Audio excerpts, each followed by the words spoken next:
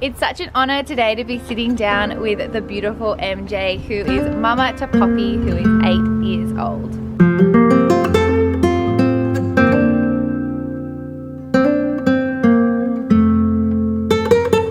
MJ's mama motto is single by chance, mama by choice. She embarked on a little bit of a different mamahood journey with the help of a fertility clinic and donor sperm.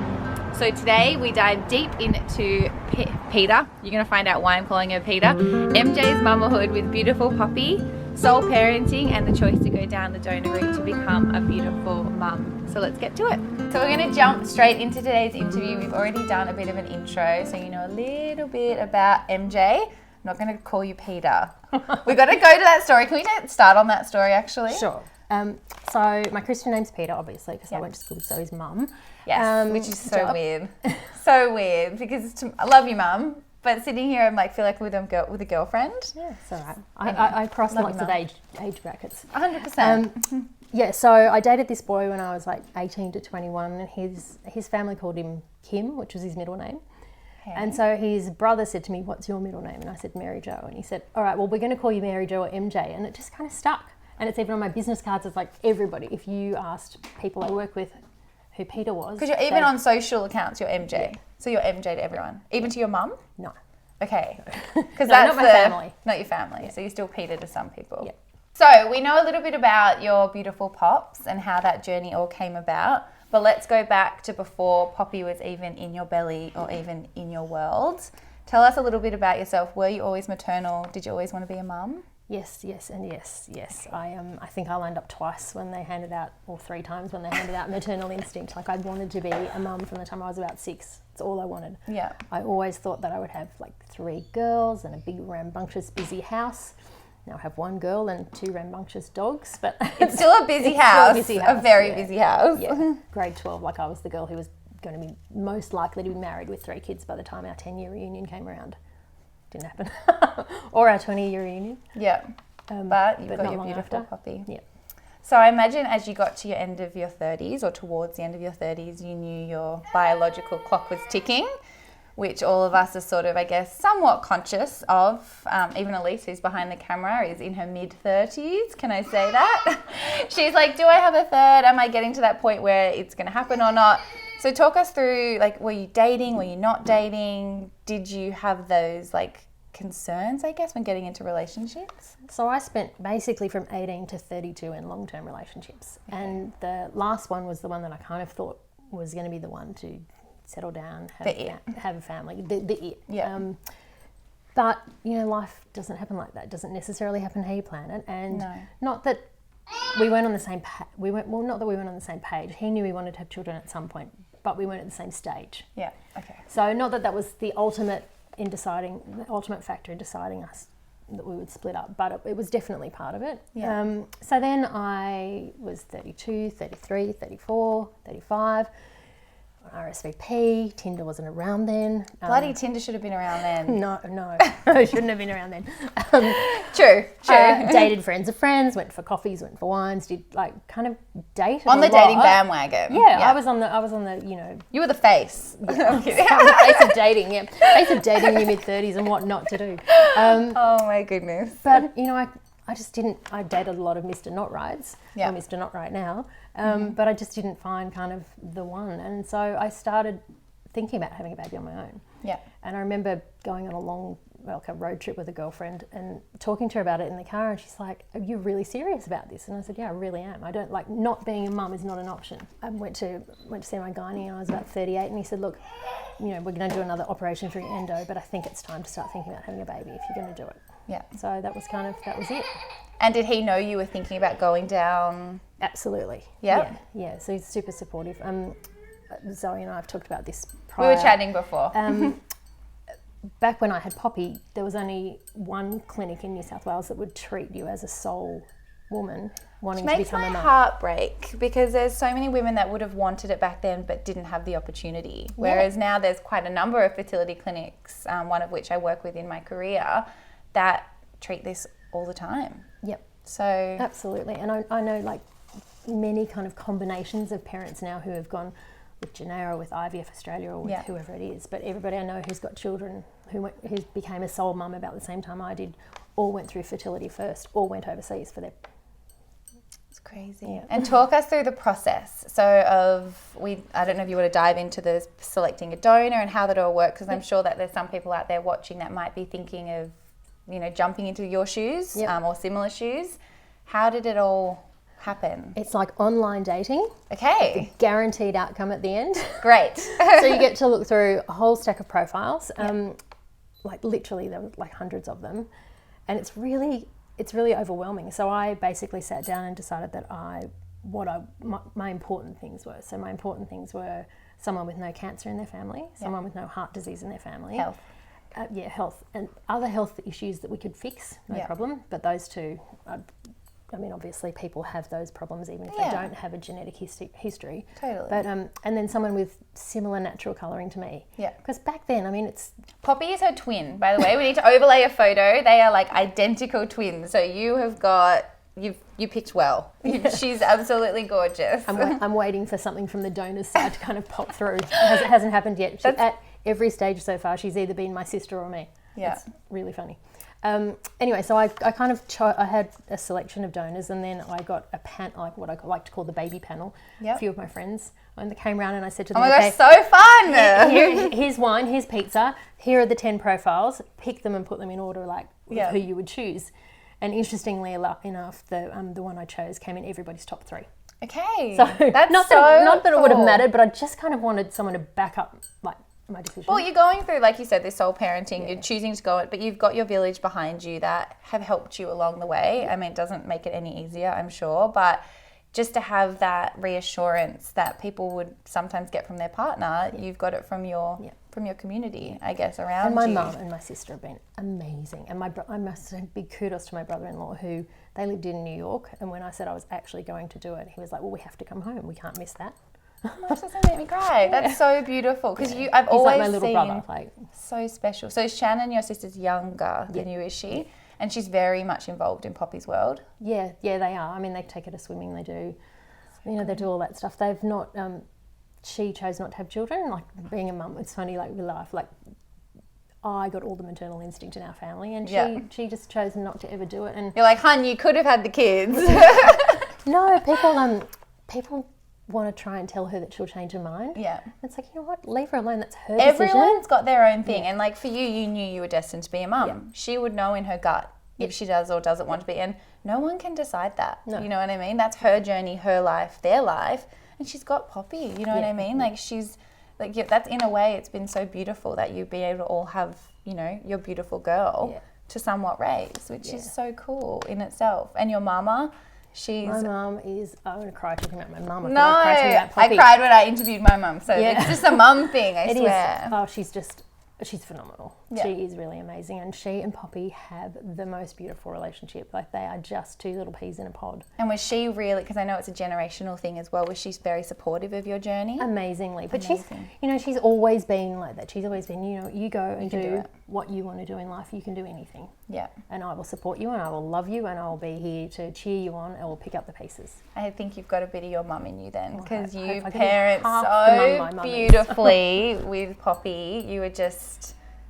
You've just got the most beautiful relationship that I can even feel through social media, which sounds ridiculous, but you can just sense the love between you, which is so special. Speaking of Pops, tell us about your pregnancy, because you were sick as a dog.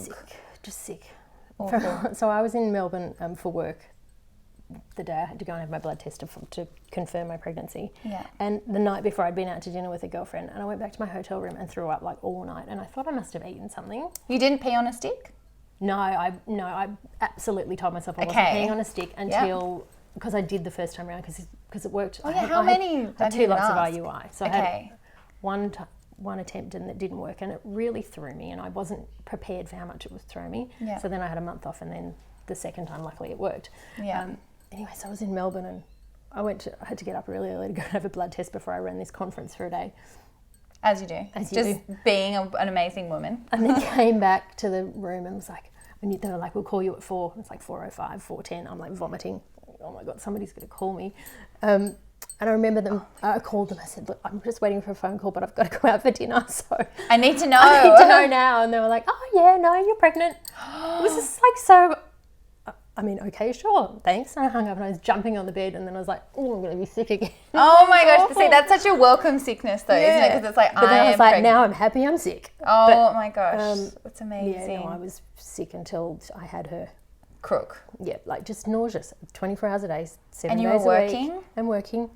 And then made redundant when I was 6 months pregnant. I was going to say, made redundant, just getting it. You're insane. Absolutely. So I lived on cucumbers, hummus, bananas and vanilla ice cream, and Poppy loves 3 of the 4 of those. I think she just got used to them. She might have been sick of the last one, whatever it was, whatever the fourth. The cucumber. Yeah. Oh, it's a vegetable. It's a vegetable, maybe. Yeah. That's a kid thing, huh? So that was my pregnancy, my birth. I was ready to have a natural birth. I did the calm birth course with my sister, and then at my 33-week checkup, my gynecologist was like, "Well, obstetrician." It's like, she hasn't dropped. I don't think she's moving down. Like, we needed to move down. Yeah. And because of my endo, like basically the bottom half of my uterus is just scar tissue. He said, I'm just going to really watch that closely. In 34 weeks, he's like, 35 weeks, he's like, oh, you really need to get your head around a cesarean. I'm like, no. Yeah. He said, I know that's not what you wanted. And I said, what I want is a healthy baby. So whatever you say is what happens. It's funny though, in that moment, like even when I had Blake, who's my second child, he was breech until 36 weeks. And I remember just trying to get my head around that. It's hard. And you shed tears and you feel like why and what. But at the end of the day, you know, it is what it is. I think knowing too that she was my only one, I was like, I'm not actually going to go into labour ever. No. And so I had to kind of mourn that because I really wanted the whole thing. But you carried her, you grew her, she's yours, and she is perfect. She came out the sunroof and that was that. The sunroof, I love that. We were messaging the other day and you said sunroof and I was like, that is cool. How have I never heard of that? And the early days with Pop. So you were sole parenting? Yeah, so my beautiful mum came home from the hospital with us to stay with us for the first week. Yeah. But you know, I think you're just in that bubble. Like you're so in love. I was so like ready to be a mum, and so just it was so nice. I got to sit around and have cups of tea with my mum and chat, and I busted a stitch during that week, so that wasn't a bit of my gosh, hurting. Yeah. Anyway, but I remember I was sitting on the little step out to my kitchen. My mum was doing something, and I stood up, and she was like, "I think you better sit back down," because she had a postpartum hemorrhage with my sister. Oh my goodness. So she's like, and I looked down, and I'm like, oh. Anyway, I'd only busted a stitch, so it was fine. Oh my gosh, but you were just go, were you? I was just like, yeah, this is fine. It's everything you'd wanted, right? Yeah. You had your beautiful girl, you had your beautiful mum with you. It's pretty special. So she had reflux for the first 16 weeks. Other than that... Was she on you a lot? Yeah. Put her into a routine. We still have a routine. Like I'm such a mum, like a structured mum. Like, at least you need to be sitting here. This is the most routine mama here. Thrives on routine. But I think it's really, especially if you're on your own, you need it. Like I needed to know that at 7:30 at night, I could have a little glass of Pinot Noir. I was going to say it's the sanity, right? Yeah, it's the sanity, and to know, and it's also good for them. They know what's coming, so whatever works, I think. I imagine your beautiful daughter has changed your perspective on life. Oh, yeah. How so, I guess? Can you even answer that question? It's such a tough one. Every parent, though, obviously, like, because not one decision you make anymore is only about you. Yeah. It's all about them. It's all about how it's going to affect them. Like, you know, should I turn left or right when we walk out of the house in the morning? Like, you've got to worry about the person with you. Yeah. They're your whole world, aren't they? Yeah, but you also I see the world differently. I see the world through her eyes. Like, you know, you go for a walk in the park. We were in the park on the weekend with Harry, our youngest dog. And then he was like running around in the leaves, and she was throwing the leaves up, and I just kind of like got down to their level and looked up and thought, it's a different perspective. It's magical. From down here, and it is, and it's magic, and the world's still an incredible place. It's not this like scary dark place that you know of as an adult. Like there's all this potential in it. So that's so beautiful. I love that you get down and you see it through her eyes, which is pretty cool as a mum, because you know there's so many things going on in your life that you know no one knows about, and just to take that time out to drop down to her level and just to see the world for what it is. You know, it is a beautiful place, but there are crappy moments, shitty things that go on. I mean, it's not perfect. No. I've just painted this like beautiful now you're thinking, what have I said? There are days when shit gets real. Yeah. And it's hard and you don't want to do it, and I just want to take my wine and go and sit somewhere and not have anyone talk to me, and not that I drink that much, but I do like to have a glass of wine at night. You mentioned wine if you don't. Everyone does, right?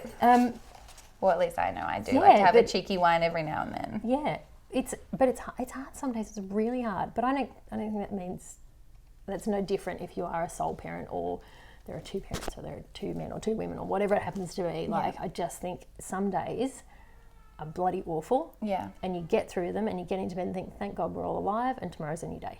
Your advice to anyone who might be thinking of walking in similar shoes to you, who might be in similar shoes to you, just advice in general. Read my blog. Yes, read the blog. It's really funny. When I started thinking about it, I was looking for something to, like, a personal account to read. And I found, like, American stuff, but I couldn't find anything on an Australian woman, so I just started writing. I couldn't either, because when I was researching your story, there's still not a lot out there. Yeah. Or if there is, or there are people going through similar journeys, it's not documented as much. Yeah. So aside from reading my blog, be prepared to do it 100% on your own. You'll have people around you and you'll have people who will offer you support, but there'll be that night where you walk the hallway with the baby on your hip for 8 hours and they're crying and you don't know what's wrong. And at that moment, nobody will be there for you because they can't be, because everyone's got their own lives. But that's when your inner lioness mama will come out and you will figure it out and you'll realise how strong you are. Yeah. So I think, but make sure you've got your tribe. Like, you know, you kind of got to have your people around you that, you know, you can call on. I'm so not very good at it. Yeah. And be kind to yourself. Be kind to yourself. I think that's for every parent though. Like, I think that's, you know, everybody, we don't have it figured out. Yeah. Everybody doesn't have it figured out. And even people who look like they've got it figured out have bad days. 100%. We all do. And I think that's a really beautiful way to end it, is to be kind to yourself. Yeah. You are one of the most amazing women I've ever met. Honey. Just chatting to you before. We've met briefly. We follow each other on social media. I remember meeting you when Pop was a tiny, tiny little dot. I remember your mum coming to visit. We came to visit and she was like this beautiful little happy fluffy haired baby. She was so cute, and to see how much you've grown as a mum and a woman and everything you've been through, like I said, so much that people don't actually even know about and won't know about even through this. You're amazing. So thanks, continue to keep goals. Your mum is my mentor. She'll love that. She'll love that. I hope my kids are all as amazing as Jop's kids are. They already are, and you can tell the bond you've got. No matter what she chooses to do, you're going to support her. I can feel that in my gut, and that's, as a mum, I think, such a beautiful quality to have. But thank you so much. Oh, I adore you. It's been awesome. So tune in next week. We've got an amazing story with another awesome mama.